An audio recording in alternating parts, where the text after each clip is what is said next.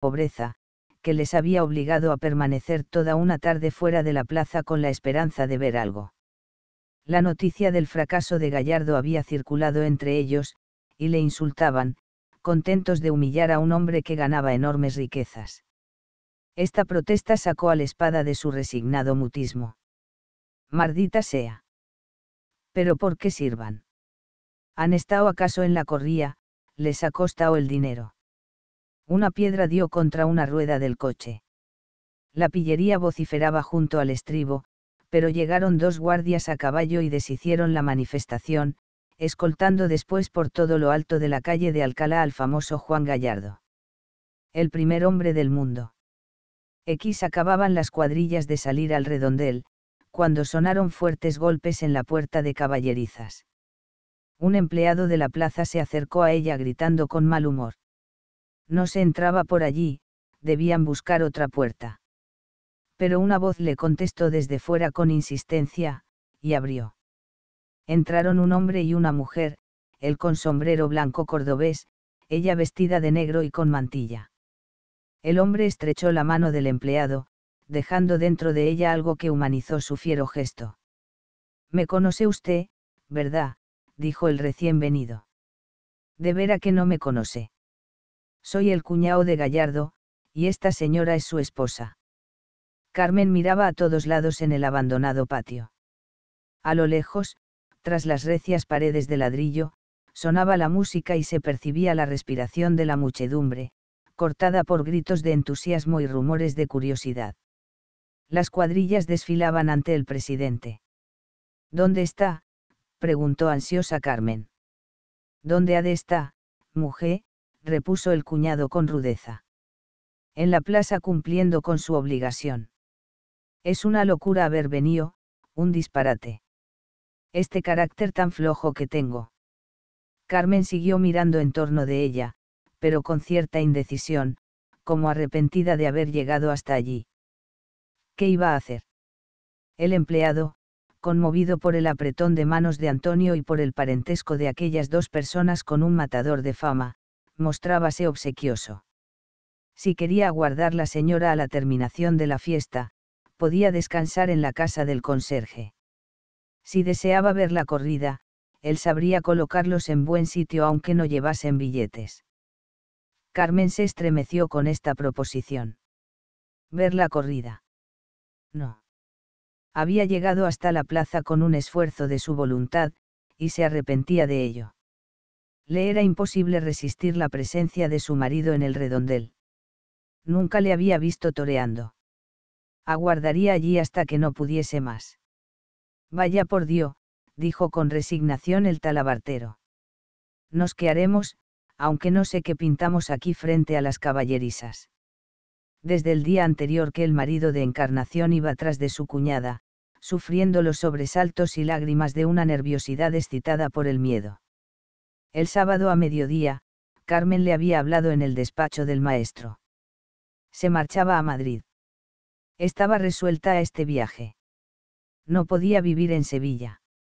Llevaba cerca de una semana de insomnios, viendo en su imaginación escenas horrorosas. Su instinto femenil parecía avisarle un gran peligro. Necesitaba correr al lado de Juan.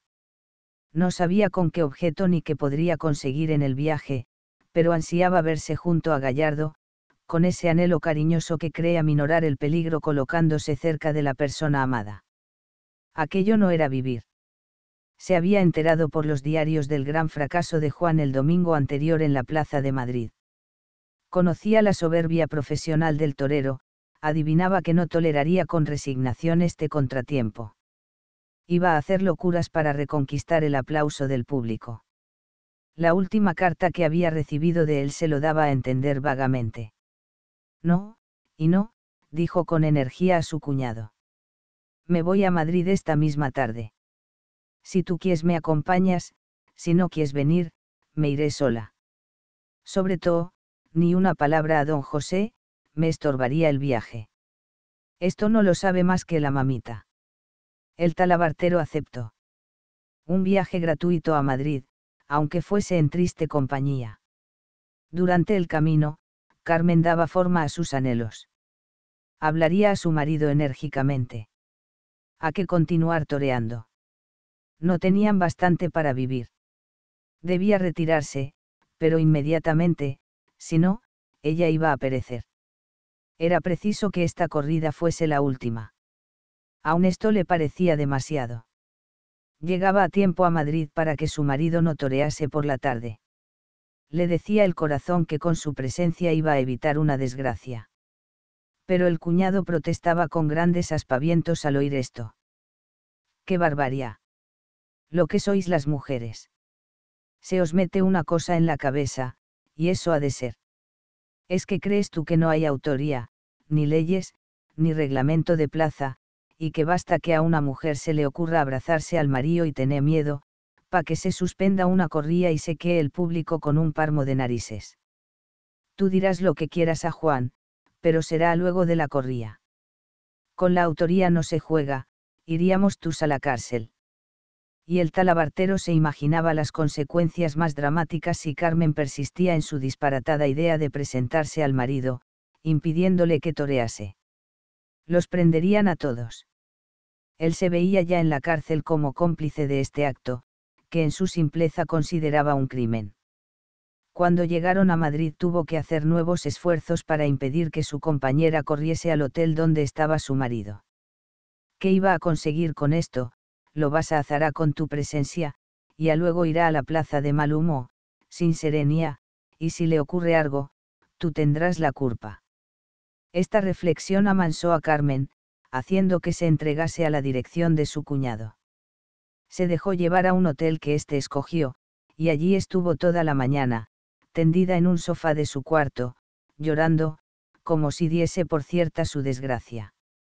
El talabartero, contento de verse en Madrid, bien instalado, indignábase contra esta desesperación, que le parecía ridícula. Veimou, hombre, lo que sois las mujeres. Cualquiera creería que eres viuda, y tu marido está a estas horas tan campante, preparándose para la corría, lleno y sano como el propio Roger de Flor. ¡Qué tontunas! Carmen apenas almorzó, mostrándose sorda a los elogios que tributaba su cuñado al cocinero del establecimiento. Por la tarde, su resignación volvió a desvanecerse. El hotel estaba situado cerca de la Puerta del Sol, y llegaban hasta ella el ruido y el movimiento de la gente que iba a la corrida. No, no podía permanecer en esta habitación extraña mientras su marido arriesgaba la existencia. Necesitaba verlo. Le faltaba valor para soportar la vista del espectáculo, pero quería sentirse cerca de él, deseaba ir a la plaza. ¿Dónde estaría la plaza? Nunca la había visto. Si no podía entrar en ella, vagaría por los alrededores. Lo importante era sentirse cerca, creyendo que esta aproximación podía influir en la suerte de Gallardo. El talabartero protestaba. Por vida de... Él tenía el propósito de asistir a la corrida, había salido del hotel para comprar un billete, y ahora Carmen le aguaba la fiesta con su empeño de ir a la plaza. ¿Pero qué vas a hacer allí, criatura? ¿Qué vas a remediar con tu presencia? Figúrate, si Juanillo llega a verte. Discutieron largamente, pero la mujer oponía a todas sus razones la misma respuesta tenaz: no me acompañes. Iré yo sola. Acabó el cuñado por rendirse, y en un coche de alquiler fueron a la plaza, entrando en ella por la puerta de caballerizas. El talabartero se acordaba mucho del circo y sus dependencias luego de haber acompañado a Gallardo en uno de sus viajes a Madrid para las corridas de primavera. Él y el empleado mostrábanse indecisos y con mal humor ante aquella mujer de ojos enrojecidos y mejillas hundidas, que seguía plantada en el patio sin saber qué hacer. Los dos hombres sentíanse atraídos por el rumor del gentío y la música que sonaba en la plaza. Iban a estar allí toda la tarde, sin ver la corrida. El empleado tuvo una buena inspiración. Si la señora quiere pasar a la capilla. Había terminado el desfile de las cuadrillas. Por la puerta que daba acceso al redondel volvían trotando algunos caballos. Eran los picadores que no estaban de tanda y se retiraban de la arena para sustituir a sus compañeros cuando les llegase el turno. Amarrados a unas anillas del muro estaban en fila 6 jacos ensillados, los primeros que habían de salir al redondel para suplir las bajas. A espaldas de ellos, los picadores entretenían la espera haciendo evolucionar sus caballos. Un encargado de las cuadras, montando una yegua asustadiza y brava, la hacía galopar por el corral para fatigarla, entregándola luego a los piqueros. Coceaban los jacos, martirizados por las moscas, tirando de las anillas como si adivinasen el cercano peligro. Trotaban los otros caballos, enardecidos por las espuelas de los jinetes. Carmen y su cuñado tuvieron que refugiarse bajo las arcadas, y al fin la mujer del torero aceptó la invitación de pasar a la capilla. Era un lugar seguro y tranquilo, y allí podría hacer algo de provecho para su esposo. Cuando se vio en la santa pieza, de un ambiente denso por la respiración del público que había presenciado la oración de los toreros, Carmen fijó sus ojos en la pobreza del altar. Ardían 4 luces ante la Virgen de la Paloma, pero a ella le pareció mezquino este tributo. Abrió su bolso para dar un duro al empleado. No podía traer más cirios. El hombre se rascó una sien. Cirios. Cirios. En los enseres de la plaza no creía encontrarlos. Pero de pronto se acordó de las hermanas de un matador, que traían velas siempre que toreaba este. Las últimas apenas se habían consumido, y debían estar guardadas en algún rincón de la capilla. Tras larga rebusca las encontró. Faltaban candeleros, pero el empleado, hombre de recursos, trajo un par de botellas vacías, e introduciendo en su cuello las velas, las encendió, colocándolas junto a las otras luces.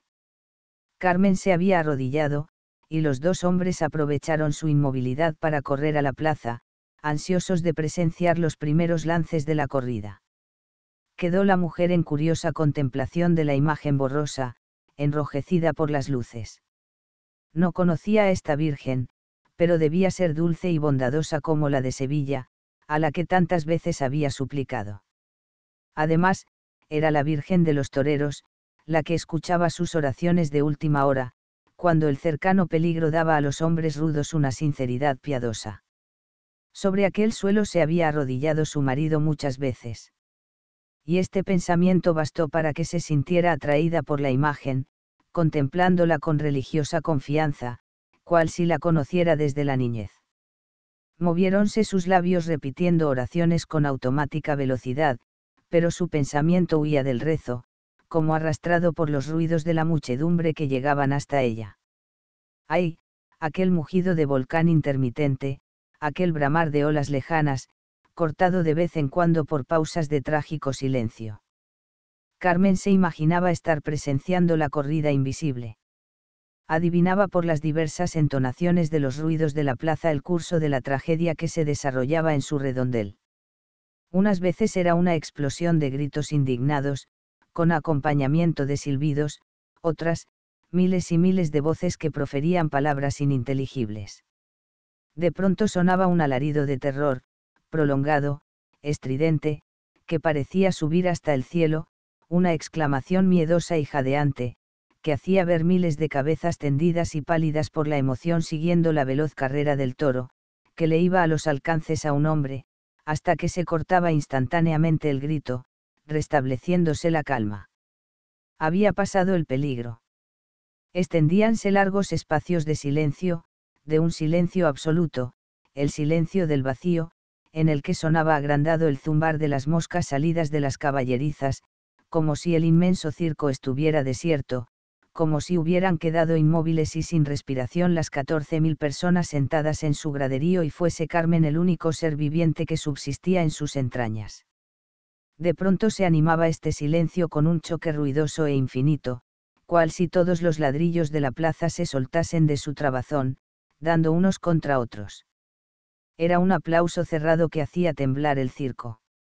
En el patio inmediato a la capilla sonaban golpes de vara sobre el pellejo de los míseros caballos, reniegos, choque de herraduras y voces. ¿A quién le toca? Nuevos picadores eran llamados a la plaza. A estos ruidos uniéronse otros más cercanos. Sonaron pasos en las habitaciones inmediatas, abriéronse puertas con estrépito, oíanse las voces y la respiración jadeante de varios hombres, como si marchasen abrumados por un gran peso. No es nada, un coscorrón. No tiene sangre. Antes de que acabe la corrida estarás picando. Y una voz bronca, debilitada por el dolor, como si viniese de lo más profundo de los pulmones, gemía entre suspiros, con un acento que recordaba a Carmen su tierra, Virgen de la Solea. Creo que me he roto algo. Mire bien, doctor, ay, mis hijos. Carmen se estremeció de espanto. Elevaba sus ojos a la Virgen, extraviados por el miedo. Su nariz parecía afilarse con la emoción entre las mejillas hundidas y pálidas. Sentíase enferma, temía desplomarse sobre el pavimento con un síncope de terror. Intentaba rezar otra vez, aislarse en su oración, para no escuchar los ruidos de fuera, transmitidos por las paredes con una sonoridad desesperante. Pero a pesar de estos propósitos, llegaba a su oído un lúgubre chapoteo de agua y las voces de ciertos hombres, que debían ser médicos y enfermeros, animando al picador. Este se quejaba con una rudeza de jinete montaraz, queriendo ocultar al mismo tiempo, por orgullo viril, el dolor de sus huesos quebrantados. Virgen de la Solea. Mis hijos, que van a comer los pobres churumbeles si su pare no puépica. Carmen se levantó. ¡Ay! No podía más. Iba a caer desplomada si seguía en aquel sitio oscuro estremecido por ecos de dolor. Necesitaba aire, ver el sol. Creía sentir en sus propios huesos el mismo suplicio que hacía gemir a aquel hombre desconocido. Salió al patio. Sangre por todos lados, sangre en el suelo y en las inmediaciones de unas cubas, donde el agua mezclábase con el líquido rojo. Retirábanse los picadores del redondel. Habían hecho la señal para la suerte de banderillas, y los jinetes llegaban sobre sus caballos manchados de sangre, con el pellejo rasgado y colgando de sus vientres el repugnante bandullo de las entrañas al aire. Desmontábanse los jinetes, hablando con animación de los incidentes de la corrida. Carmen vio a Potaje apearse con toda la pesadez de su vigorosa humanidad, lanzando una retahíla de maldiciones al mono sabio, que le ayudaba torpemente en su descenso. Parecía entorpecido por sus ocultas perneras de hierro y por el dolor de varios batacazos. Llevábase una mano a la espalda para rascarse con dolorosos desperezos, pero sonreía, mostrando su amarilla dentadura de caballo. ¿Habéis visto ustedes que Gueno ha estado Juan?, decía a todos los que le rodeaban. Hoy viene Gueno de veras. Al reparar en la única mujer que estaba en el patio y reconocerla, no mostró extrañeza. Usted por aquí, señá Carmen. Tanto Gueno.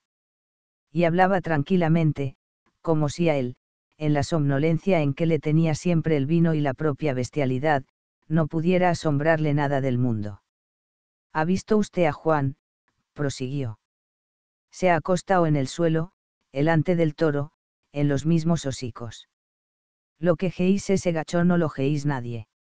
Asómese a velo, que hoy está mugueno. Le llamaron desde una puerta, que era la de la enfermería. Su compañero el picador deseaba hablarle antes de que lo trasladasen al hospital. Adiós, señá Carmen. Voy a ver que quiere ese provesito. Una caía con fratura, según dicen. Ese no pica en toda la temporada. Carmen se refugió bajo las arcadas, queriendo cerrar sus ojos para no ver el espectáculo repugnante del patio, pero al mismo tiempo sentíase atraída por el rojo mareador de la sangre. Los monosabios conducían de las riendas los caballos heridos, que arrastraban sus entrañas por el suelo, soltando al mismo tiempo por debajo de la cola una diarrea de susto. Al verlos, un encargado de las cuadras comenzó a mover pies y manos, agitado por una fiebre de actividad. Fuerza, valientes, gritó dirigiéndose a los mozos de las caballerizas. Duro. Duro ahí. Un mozo de cuadra, moviéndose con precaución junto al caballo, coceante de dolor, le quitaba la silla, echándole después a las piernas unos lazos de correas que las agarrotaban, uniendo las cuatro extremidades y haciendo caer al animal al suelo. Ahí, valiente, duro. Duro con él, seguía gritando el encargado de las caballerizas, sin dejar de mover manos y pies. Y los mozos, arremangados, inclinábanse sobre el vientre abierto de la bestia, que esparcía en torno regueros de sangre y de orín, pugnando por introducir a puñados en el trágico desgarrón las pesadas entrañas que colgaban fuera de él. Otro sostenía las riendas del caído animal y apretaba contra el suelo la triste cabeza poniendo un pie sobre ella. Contraíase el hocico con gesto de dolor, chocaban los dientes largos y amarillentos con un escalofrío de martirio, perdiéndose en el polvo los relinchos, ahogados por la presión del pie. Pugnaban las manos sangrientas de los curanderos por devolver a la abierta cavidad las flácidas entrañas, pero la respiración jadeante de la víctima las hinchaba, haciéndolas salir de su encierro y desparramándose otra vez como piltrafas empaquetadas. Una vejiga enorme inflábase entre los despojos, entorpeciendo el arreglo. La bufa, valientes, gritaba el director. Duro con la bufa. Y la vejiga, con todas sus entrañas anexas, desaparecía al fin en las profundidades del vientre, mientras dos mozos, con la agilidad de la costumbre, cosían la piel. Cuando el caballo quedaba, arreglado, con bárbara prontitud, le echaban un cubo de agua por la cabeza, libertaban sus piernas de la trabazón de las correas y le daban unos golpes de vara para que se pusiera en pie. Unos, apenas caminaban 2 pasos, caían redondos, derramando un chorro de sangre por la herida zurcida con bramante. Era la muerte instantánea al recobrar las entrañas su posición. Otros manteníanse fuertes por los secretos recursos del vigor animal, y los mozos, después del arreglo, los llevaban al barnizaje, inundando sus patas y vientres con violentas abluciones de cubos de agua. El color blanco o castaño de los animales quedaba brillante, chorreando sus pelos un líquido de color rosa, mezcla de agua y de sangre. Remendaban los caballos como si fuesen zapatos viejos, explotaban su debilidad hasta el último momento, prolongando su agonía y su muerte. Quedaban en el suelo pedazos de intestinos, cortados para facilitar la operación del arreglo. Otros fragmentos de sus entrañas estaban en el redondel cubiertos de arena, hasta que muriese el toro y los mozos pudieran recoger estas piltrafas en sus espuertas. Muchas veces, el trágico vacío de los órganos perdidos remediábanlo los bárbaros curanderos con puñados de estopa introducidos en el vientre. Lo importante era mantener en pie a estos animales unos cuantos minutos más, hasta que los picadores volviesen a salir a la plaza, el toro se encargaría de rematar su obra. Y los jacos moribundos sufrían sin protesta esta lúgubre transfiguración. Los que cojeaban eran reanimados con ruidosos golpes de vara, que les hacían temblar desde las patas a las orejas. Un caballo manso, en la desesperación de su infortunio, intentaba morder a los monosabios, que se aproximaban. Entre sus dientes guardaba aún colgajos de piel y pelos rojos. Al sentir el desgarrón de los cuernos en su panza, el mísero animal había mordido el cuello del toro con una furia de cordero rabioso. Relinchaban tristemente los caballos heridos, levantando la cola con ruidoso skate de gases, un hedor de sangre y excremento vegetal esparcíase por el patio, la sangre corría entre las piedras, ennegreciéndose al secarse. Llegaban hasta allí los ruidos de la muchedumbre invisible. Eran exclamaciones de inquietud, un ¡ay! ¡Ay!, lanzado por miles de bocas, que hacía adivinar la fuga del banderillero acosado de cerca por el toro. Luego, un silencio absoluto. El hombre volvía hacia la fiera, y estallaba el ruidoso aplauso saludando un par de banderillas bien colocado. Luego sonaban las trompetas anunciando la suerte de matar, y se repetían los aplausos. Carmen quería irse. Virgen de la Esperanza. ¿Qué hacía allí? Ignoraba el orden que iban a seguir los matadores en su trabajo. Tal vez aquel toque señalaba el momento en que su marido iba a colocarse frente a la fiera. Y ella allí, a pocos pasos de distancia, y sin verle. Quería escapar para librarse de este tormento. Además, la angustiaba la sangre que corría por el patio, el tormento de aquellas pobres bestias. Su delicadeza de mujer sublevábase contra estas torturas, al mismo tiempo que se llevaba el pañuelo al olfato para repeler los hedores de carnicería. Nunca había ido a los toros. Gran parte de su existencia la había pasado oyendo hablar de corridas, pero en los relatos de estas fiestas solo veía lo externo, lo que ve todo el mundo, los lances del redondel, a la luz del sol, con brillo de sedas y bordados, la representación fastuosa, sin conocer los preparativos odiosos que se verificaban en el misterio de los bastidores. Y ellos vivían de esta fiesta, con sus repugnantes martirios de animales débiles. Y su fortuna había sido hecha a costa de tales espectáculos. Estalló un aplauso ruidoso dentro del circo. En el patio se dieron órdenes con voz imperiosa. El primer toro acababa de morir. Abriéronse en el fondo del pasadizo de la puerta de caballerizas las vallas que comunicaban con el redondel, y llegaron con más intensidad los ruidos de la muchedumbre y los ecos de la música. Las mulillas estaban en la plaza, una trinca para recoger los caballos muertos, otra para llevarse a rastras el cadáver del toro. Carmen vio venir por debajo de las arcadas a su cuñado. Aún estaba trémulo de entusiasmo por lo que había visto.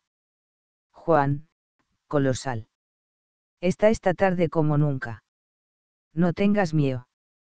Si ese chico se come los toros vivos. Luego la miró con inquietud, temeroso de que le hiciese perder una tarde tan interesante, que decidía. Se consideraba con valor para asomarse a la plaza. Llévame, dijo ella con acento angustioso. Sácame pronto de aquí. Me siento enferma. Déjame en la primera iglesia que encontremos. El talabartero torció el gesto. Por vida de Roger. Dejar una corrida tan magnífica. Y mientras iban hacia la puerta, calculaba dónde podría abandonar a Carmen para volver cuanto antes a la plaza. Cuando salió el segundo toro, todavía Gallardo, apoyado en la barrera, recibía felicitaciones de sus admiradores. ¡Qué coraje el de aquel chico! Cuando quería. La plaza entera le había aplaudido en el primer toro, olvidando sus enfados de las corridas anteriores. Al caer un picador, quedando exánime por el terrible choque, Gallardo había acudido con su capa, llevándose a la fiera al centro del redondel. Fueron unas verónicas arrogantes que acabaron por dejar a la bestia inmóvil y fatigada después de revolverse tras el engaño del trapo rojo. El torero, aprovechando la estupefacción del animal, quedó erguido a pocos pasos de su hocico, sacando el vientre como si le desafiase. Sintió, la corazonada, precursora feliz de sus grandes atrevimientos. Había que conquistar al público con un rasgo de audacia, y se arrodilló ante los cuernos con cierta precaución, pronto a levantarse al más leve intento de acometida. El toro permaneció quieto. Avanzó una mano hasta tocar su hocico babeante, y el animal no hizo movimiento alguno. Entonces atrevióse a algo que sumió al público en un silencio palpitante. Poco a poco se acostó en la arena, con el capote entre los brazos sirviéndole de almohada, y así estuvo algunos segundos, tendido bajo las narices de la fiera, que le olisqueaba con cierto miedo, como si recelase un peligro en este cuerpo que audazmente se colocaba bajo sus cuernos.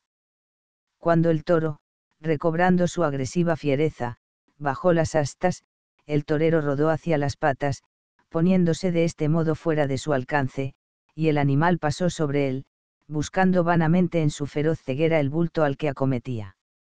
Se levantó Gallardo, limpiándose el polvo, y el público, amante de las temeridades, le aplaudió con el entusiasmo de otros tiempos.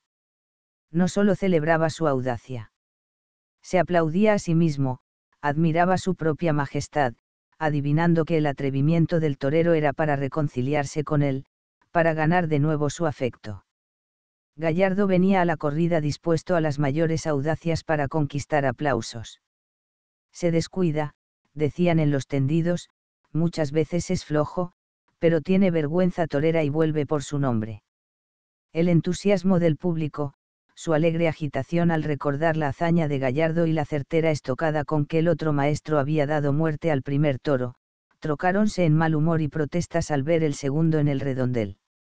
Era enorme y de hermosa estampa, pero corría por el centro de la plaza, mirando con extrañeza a la ruidosa muchedumbre de los tendidos, asustado de las voces y silbidos con que pretendían excitarle y huyendo de su propia sombra, como si adivinara toda clase de asechanzas. Los peones corrían tendiéndole la capa. Acometía al trapo rojo, siguiéndolo por algunos instantes, pero de pronto daba un bufido de extrañeza y volvía a su cuarto trasero, huyendo en distinta dirección con violentos saltos. Su ágil movilidad para la fuga indignaba al público. Eso no es toro, es una mona. Los capotes de los maestros consiguieron al fin atraerlo hacia la barrera, donde esperaban los picadores, inmóviles sobre sus monturas, con la garrocha bajo el brazo. Se acercó a un jinete con la cabeza baja y fieros bufidos como si fuese a acometer. Pero antes de que el hierro se clavase en su cuello, dio un salto y huyó, pasando por entre las capas que le tendían los peones.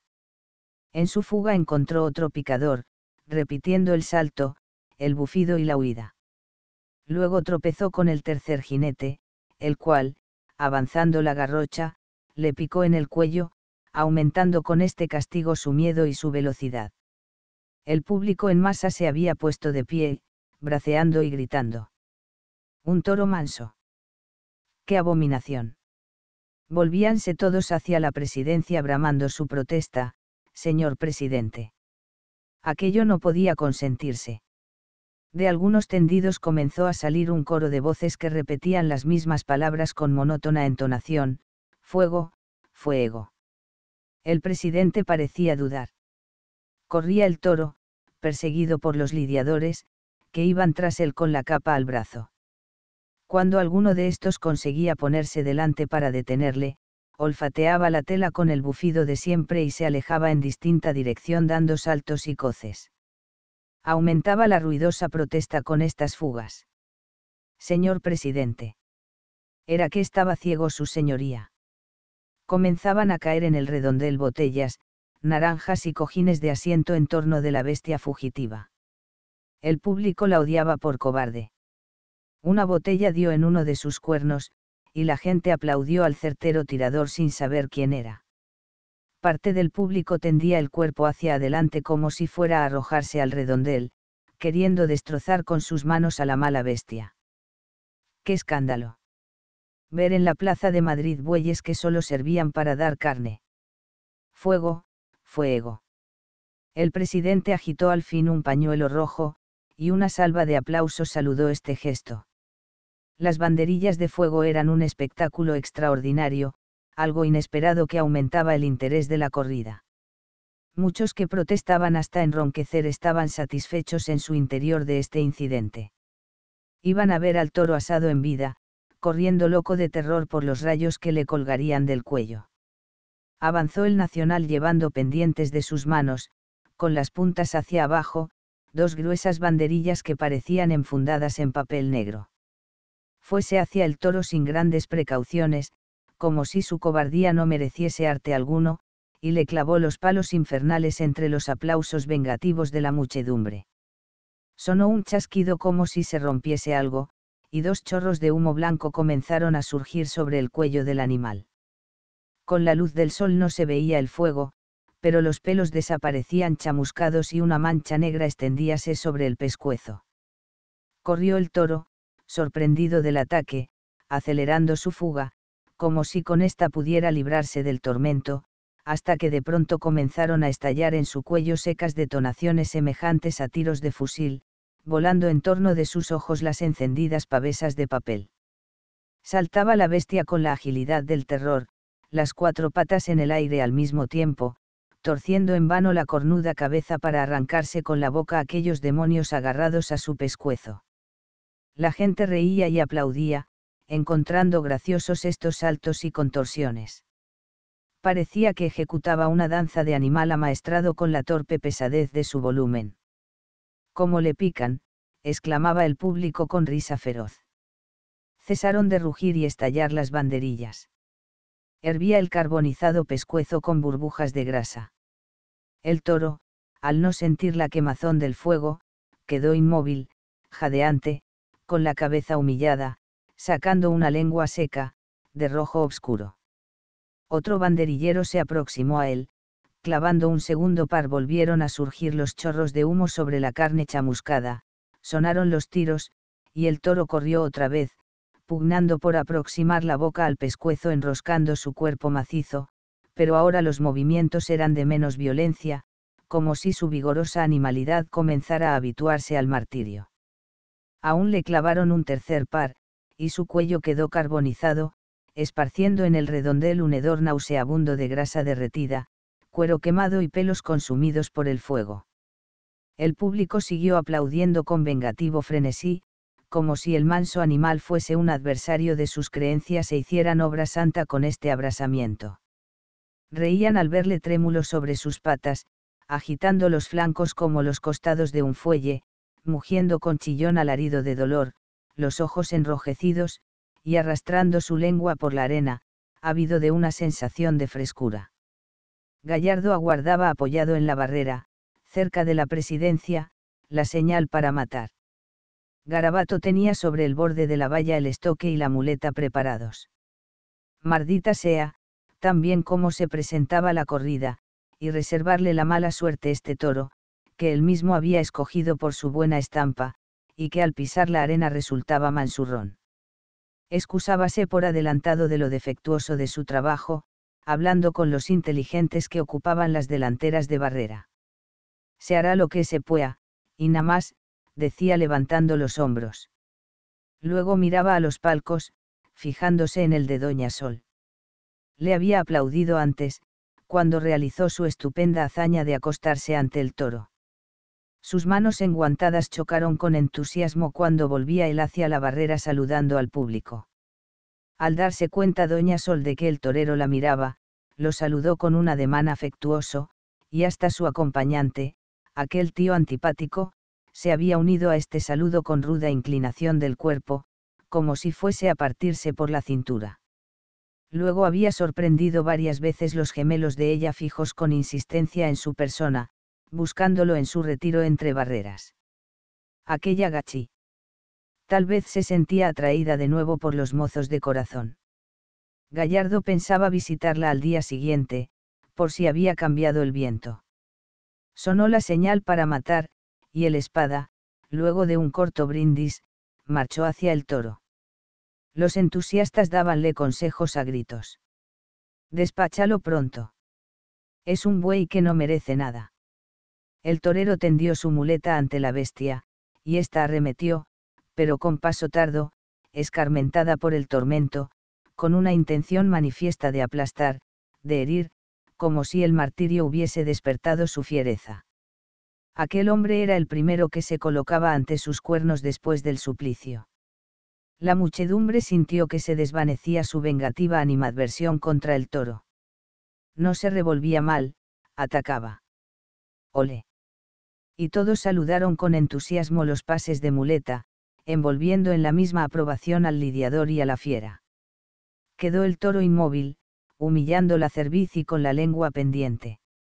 Se hizo el silencio precursor de la estocada mortal, un silencio más grande que el de la soledad absoluta, producto de muchos miles de respiraciones contenidas. Fue tan grande este silencio, que llegaron hasta los últimos bancos los menores ruidos del redondel. Todos oyeron un leve crujido de maderas chocando unas con otras.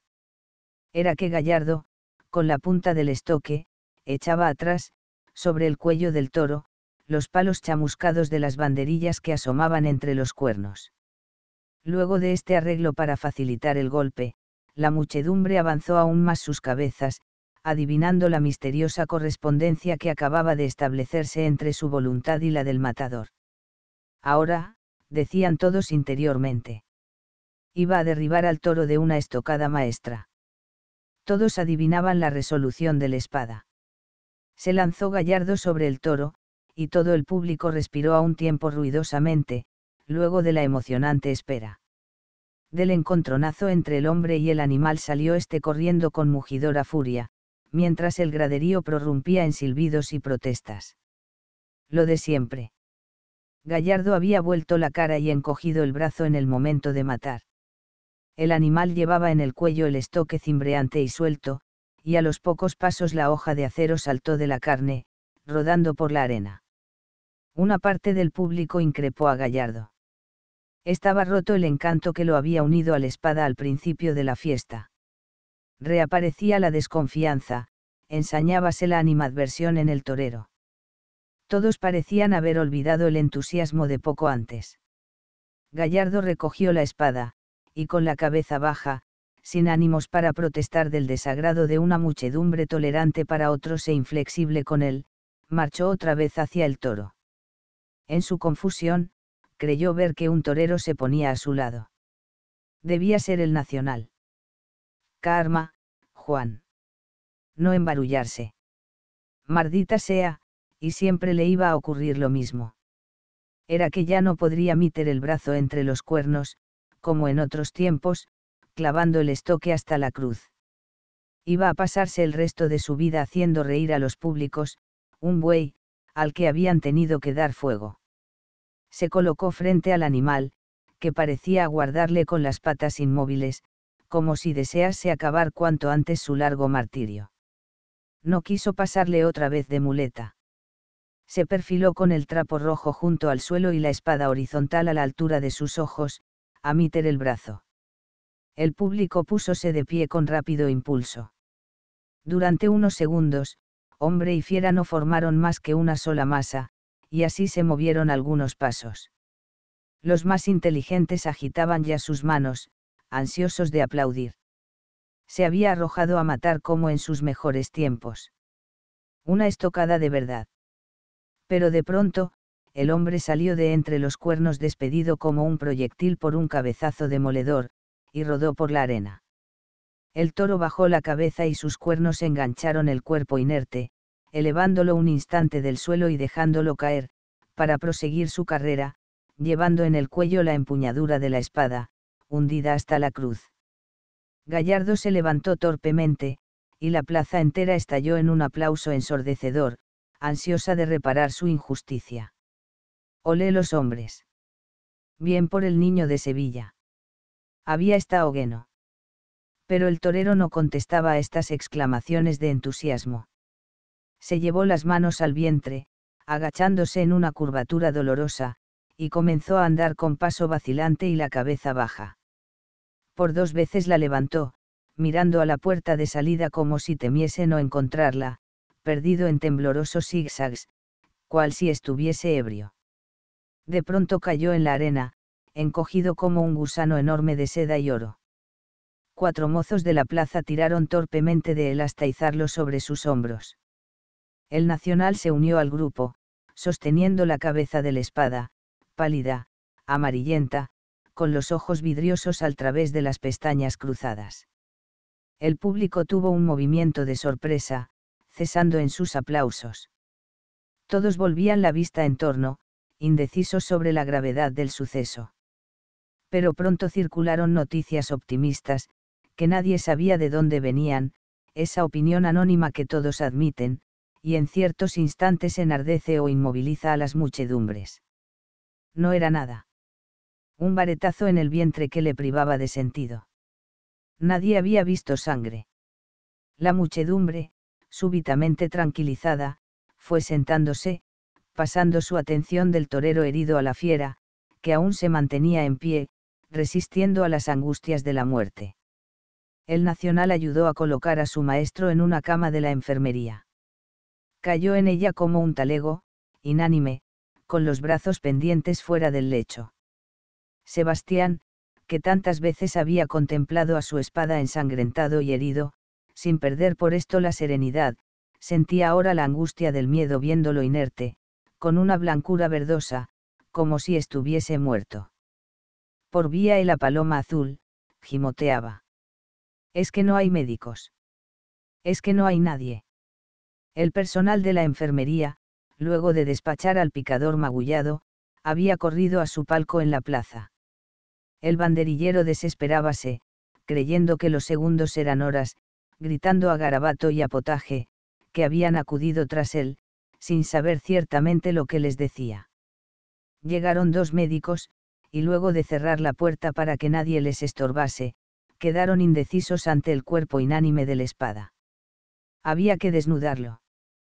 A la luz que entraba por una claraboya del techo, Garabato comenzó a desabrochar, descoser y rasgar las ropas del torero. El Nacional apenas podía ver el cuerpo. Los médicos estaban en torno del herido, consultándose con la mirada. Debía ser un colapso que le había privado de vida aparentemente. No se veía sangre. Los rasgones de su ropa eran efecto, sin duda, del revolcón que le había dado el toro. Entró apresuradamente el doctor Ruiz, y sus colegas le dejaron pasar a primer término, acatando su maestría. Juraba en su nerviosa precipitación, mientras iba ayudando a Garabato a abrir las ropas del torero. Hubo un movimiento de asombro, de dolorosa sorpresa, en torno de la cama. El banderillero no se atrevía a preguntar. Miró por entre las cabezas de los médicos, y vio el cuerpo de Gallardo con la camisa subida sobre el pecho y los calzones caídos, dejando visibles las negruras de la virilidad.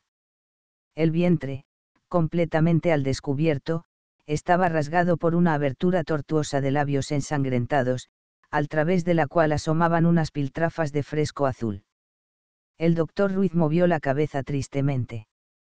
A más de la herida atroz e incurable, el torero había recibido una conmoción tremenda con el cabezazo del toro. No respiraba. Doctor, doctor, gimió el banderillero, suplicando por saber la verdad. Y el doctor Ruiz, tras largo silencio, volvió a mover la cabeza. Se acabó, Sebastián. Puedes buscarte otro matador. El Nacional levantó sus ojos a lo alto. Y así acababa un hombre como aquel, sin poder estrechar la mano de los amigos, sin decir una palabra, repentinamente, como un mísero conejo a quien golpean en la nuca. La desesperación le hizo salir de la enfermería. ¡Ay! Él no podía ver aquello. Él no era como Potaje, que permanecía inmóvil y ceñudo a los pies de la cama, contemplando el cadáver como si no lo viese, mientras hacía girar el castoreño entre sus dedos. Iba a llorar como un niño.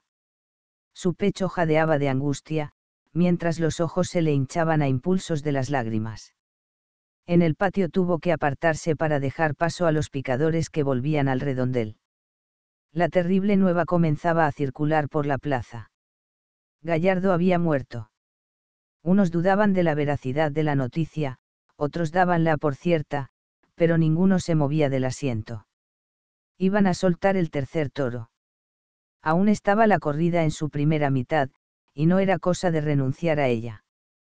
Por la puerta del redondel llegaba el rumor de la muchedumbre y el sonido de la música. El banderillero sintió nacer en su pensamiento un odio feroz por todo lo que le rodeaba, una aversión a su oficio y al público que lo mantenía. Danzaban en su memoria las sonoras palabras con que hacía reír a las gentes, encontrando ahora en ellas una nueva expresión de justicia. Pensó en el toro, al que arrastraban por la arena en aquel momento con el cuello carbonizado y sanguinolento, rígidas las patas y unos ojos vidriosos que miraban al espacio azul como miran los muertos. Luego vio con la imaginación al amigo que estaba a pocos pasos de él, al otro lado de una pared de ladrillo, también inmóvil, con las extremidades rígidas, la camisa sobre el pecho, el vientre abierto y un resplandor mate y misterioso entre las pestañas cruzadas. Pobre toro. Pobre espada. De pronto, el circo rumoroso lanzó un alarido saludando la continuación del espectáculo. El Nacional cerró los ojos y apretó los puños. Rugía la fiera, la verdadera, la única. Fin Madrid, enero-marzo 1908. Obras del autor con el número de ejemplares impresos en España, de cada una de ellas, hasta octubre de 1924, Cuentos Valencianos 60.000 ejemplares. La Condenada, Cuentos, 64.000 id. En el País del Arte, Viajes, 64.000 id. Arroz y Tartana, Novela, 68.000 id. Flor de Mayo, Novela, 80.000 id. La Barraca, Novela, 104.000 id. Sónica la Cortesana, Novela, 56.000 id. Entre naranjos, novela, 88.000 id. Cañas y barro, novela, 64.000 id. La catedral, novela, 72.000 id. El intruso, novela, 56.000 id. La bodega, novela, 60.000 id. La horda, novela, 44.000 id. La maja desnuda, novela, 49.000 id. Oriente, viajes, 52.000 id. Sangre y arena, novela, 136.000 id. Los muertos mandan, novela, 56.000 id. Luna Benamor, novelas, 48.000 id. Los argonautas, novela, punto, 2 tomos 48.000 id. Los cuatro jinetes del Apocalipsis 148.000 id. Mare Nostrum, novela, 104.000 id. Los enemigos de la mujer, novela, 88.000 id.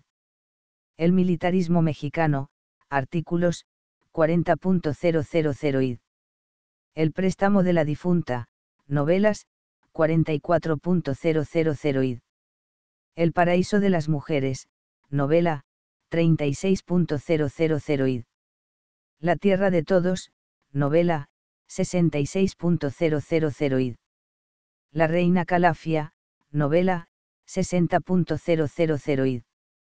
Novelas de la Costa Azul 20.000 id. La vuelta al mundo, de un novelista 40.000 id. Novelas de próxima publicación El Papa del Mar, las riquezas del Gran Khan. A los pies de Venus, el oro y la muerte. En muchas repúblicas de la América de habla española se han publicado numerosas ediciones de estas obras sin permiso del autor. End of the Project Gutenberg Book Sangre y Arena Updated Editions will replace the previous one, the old editions will be renamed. Creating the works from print editions not protected by US copyright law means that no one owns a United States copyright in these works, so the foundation, and you, can copy and distribute it in the United States without permission and without paying copyright royalties. Special rules, set forth in the general terms of use part of this license, apply to copying and distributing Project Gutenberg marca registrada Electronic Works to protect the Project Gutenberg marca registrada concept and trademark. Project Gutenberg is a registered trademark, and may not be used if you charge for an ebook, except by following the terms of the trademark license, including paying royalties for use of the Project Gutenberg trademark. If you do not charge anything for copies of this ebook, complying with the trademark license is very easy. You may use this ebook for nearly any purpose such as creation of derivative works, reports, performances and research. Project Gutenberg ebooks may be modified and printed and given away. You may do practically anything in the United States with ebooks not protected by US copyright law. Redistribution is subject to the trademark license, especially commercial redistribution. Start, full license. The full Project Gutenberg license please read this before you distribute or use this work to protect the Project Gutenberg marca registrada mission of promoting the free distribution of electronic works, by using or distributing this work, or any other work associated in any way with the phrase Project Gutenberg. You agree to comply with all the terms of the full Project Gutenberg marca registrada license available with this file or online at www.gutenberg.org/license. Section 1. General Terms of Use and Redistributing Project Gutenberg marca registrada Electronic Works 1. By reading or using any part of this Project Gutenberg marca registrada Electronic Work, you indicate that you have read, understand, agree to and accept all the terms of this license and intellectual property, trademark/copyright, agreement. If you do not agree to abide by all the terms of this agreement, You must cease using and return or destroy all copies of Project Gutenberg marca registrada electronic works in your possession. If you paid a fee for obtaining a copy for access to a Project Gutenberg marca registrada electronic work and you do not agree to be bound by the terms of this agreement, you may obtain a refund from the person or entity to whom you paid the fee as set forth in paragraph 1.8. 1b Project Gutenberg is a registered trademark. It may only be used on or associated in any way with an electronic work by people who agree to be bound by the terms of this agreement. There are a few things that you can do with most Project Gutenberg marca registrada electronic works even without complying with the full terms of this agreement. See paragraph 1c below. There are a lot of things you can do with Project Gutenberg marca registrada electronic works if you follow the terms of this agreement and help preserve free future access to Project Gutenberg marca registrada electronic works. See paragraph 1e below. 1.c Project Gutenberg Literary Archive Foundation, the Foundation or PLAF, owns a compilation copyright in the collection of Project Gutenberg marca registrada electronic works. Nearly all the individual works in the collection are in the public domain in the United States. If an individual work is unprotected by copyright law in the United States and you are located in the United States, we do not claim a right to prevent you from copying, distributing, performing, displaying or creating derivative works based on the work as long as all references to Project Gutenberg are removed.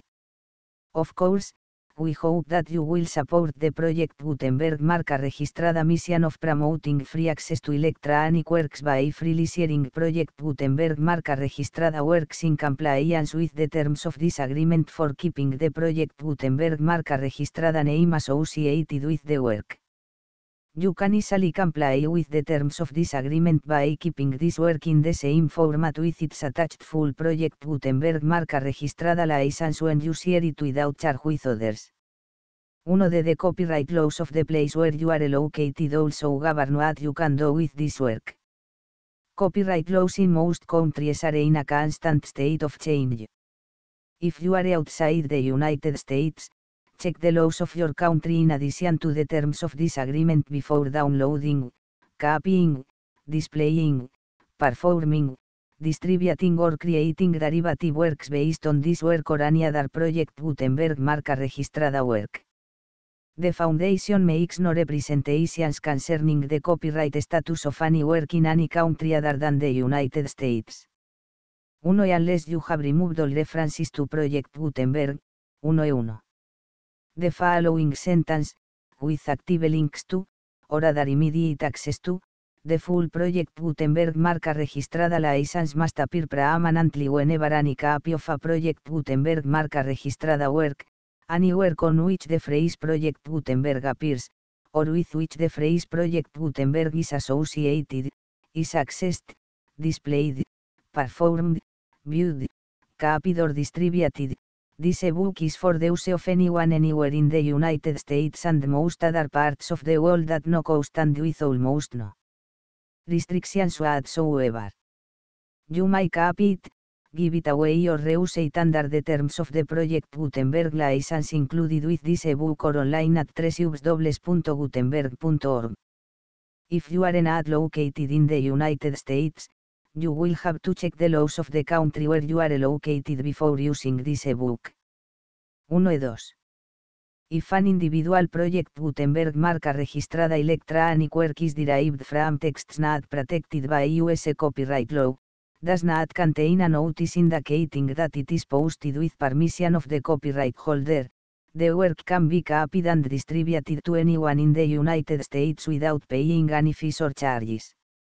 If you are redistributing or providing access to a work with the phrase Project Gutenberg associated with or appearing on the work, you must comply either with the requirements of paragraphs 1.1 through 1.7 or obtain permission for the use of the work and the Project Gutenberg marca registrada trademark as set forth in paragraphs 1.8 or 1.9. 1.3. If an individual Project Gutenberg marca registrada electronic work is posted with the permission of the copyright holder, Your use and distribution must comply with both paragraphs 1E1 through 1E7 and any additional terms imposed by the copyright holder. Additional terms will be linked to the Project Gutenberg marca registrada license for all works posted with the permission of the copyright holder found at the beginning of this work. 1E4.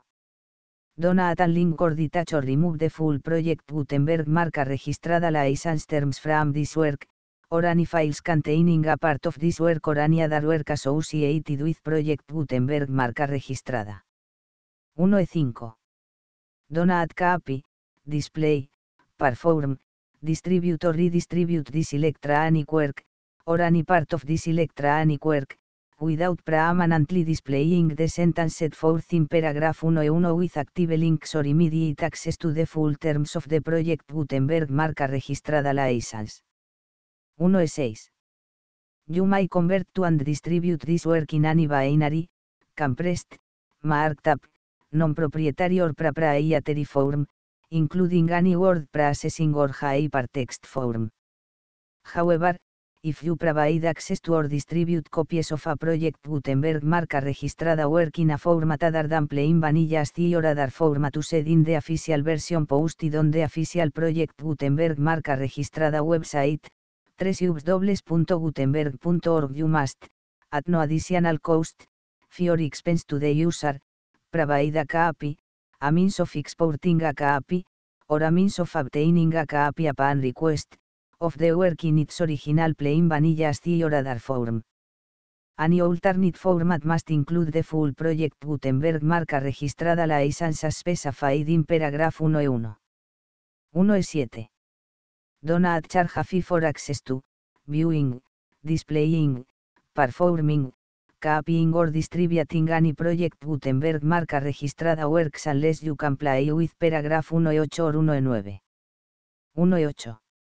You may charge a reasonable fee for copies of or providing access to or distributing Project Gutenberg marca registrada electronic works provided that, you pay a royalty fee of 20% of the gross profits you derive from the use of Project Gutenberg marca registrada works calculated using the method you already use to calculate your applicable taxes.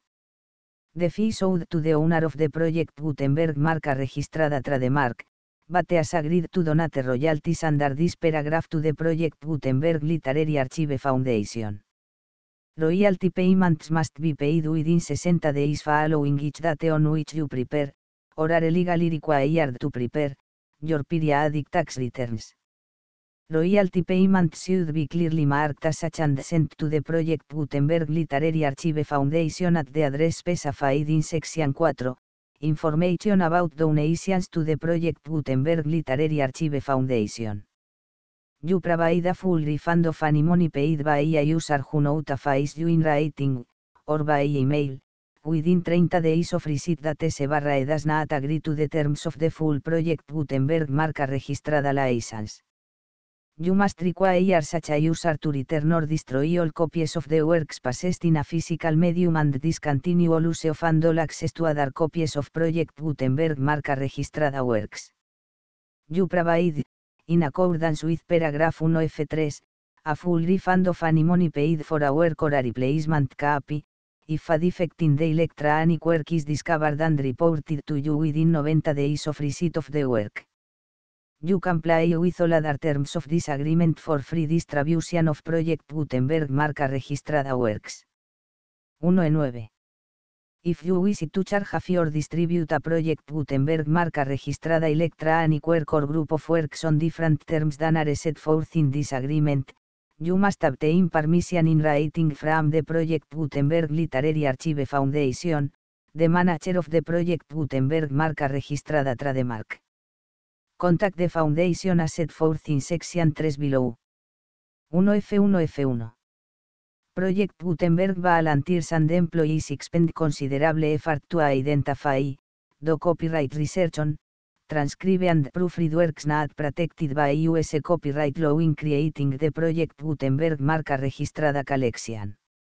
Despite these efforts, Project Gutenberg marca registrada electronic works, and the medium on which they may be stored, may contain defects such as, but not limited to, incomplete, inaccurate corrupt data, transcription errors, a copyright or other intellectual property infringement, a defective or damaged disk or other medium, a computer virus, or computer codes that damage or cannot be read by your equipment. 1F2. Limited warranty, disclaimer of damages, except for the right of replacement or refund described in paragraph 1F3, the Project Gutenberg Literary Archive Foundation, the owner of the Project Gutenberg marca registrada trademark, and any other party distributing a Project Gutenberg marca registrada electronic work under this agreement, disclaim all liability to you for damages, costs and expenses, including legal fees. You agree that you have no remedies for negligence, strict liability, breach of warranty or breach of contract except those provided in paragraph 1F3. You agree that the foundation, the trademark owner, and any distributor under this agreement will not be liable to you for actual, direct, indirect, consequential, punitive or incidental damages even if you give notice of the possibility of such damage. 1F3. Limited right of replacement or refund, if you discover a defect in this electronic work within 90 days of receiving it, you can receive a refund of the money, if any, you paid for it by sending a written explanation to the person you received the work from. If you received the work on a physical medium, you must return the medium with your written explanation. The person or entity that provided you with the defective work may elect to provide a replacement copy in lieu of a refund.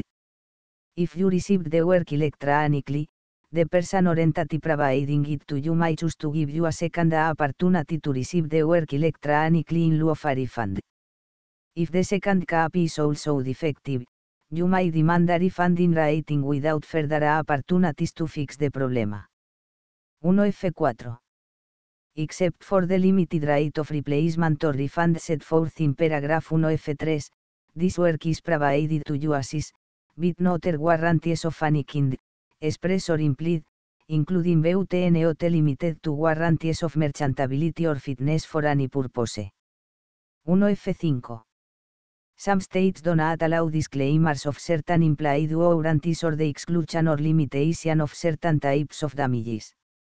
If any disclaimer or limitation set forth in this agreement violates the law of the state applicable to this agreement, the agreement shall be interpreted to make the maximum disclaimer or limitation permitted by the applicable state law. The invalidity or unenforceability of any provision of this agreement shall not void the remaining provisions. 1F6. Indemnity, you agree to indemnify and hold the foundation, the trademark owner, any agent or employee of the foundation, anyone providing copies of Project Gutenberg marca registrada electronic works in accordance with this agreement, and any volunteers associated with the production, promotion and distribution of Project Gutenberg marca registrada electronic works, harmless from all liability, costs and expenses, including legal fees, that arise directly or indirectly from any of the following which you do or cause to occur. A. Distribution of this or any Project Gutenberg marca registrada work. B. Alteration, modification, or additions or deletions to any Project Gutenberg marca registrada work, and C. Any defect you cause. Section 2. Information about the mission of Project Gutenberg marca registrada. Project Gutenberg marca registrada is synonymous with the free distribution of electronic works in formats readable by the widest variety of computers including obsolete, old, middle-aged and new computers. It exists because of the efforts of hundreds of volunteers and donations from people in all walks of life. Volunteers and financial support to provide volunteers with the assistance they need are critical to reaching Project Gutenberg marca registrada as goals and ensuring that the Project Gutenberg marca registrada collection will remain freely available for generations to come. In 2001, the Project Gutenberg Literary Archive Foundation was created to provide a secure and permanent future for Project Gutenberg marca registrada and future generations. To learn more about the Project Gutenberg Literary Archive Foundation and how your efforts and donations can help, see sections 3 and 4 and the Foundation information page at www.gutenberg.org. Section 3.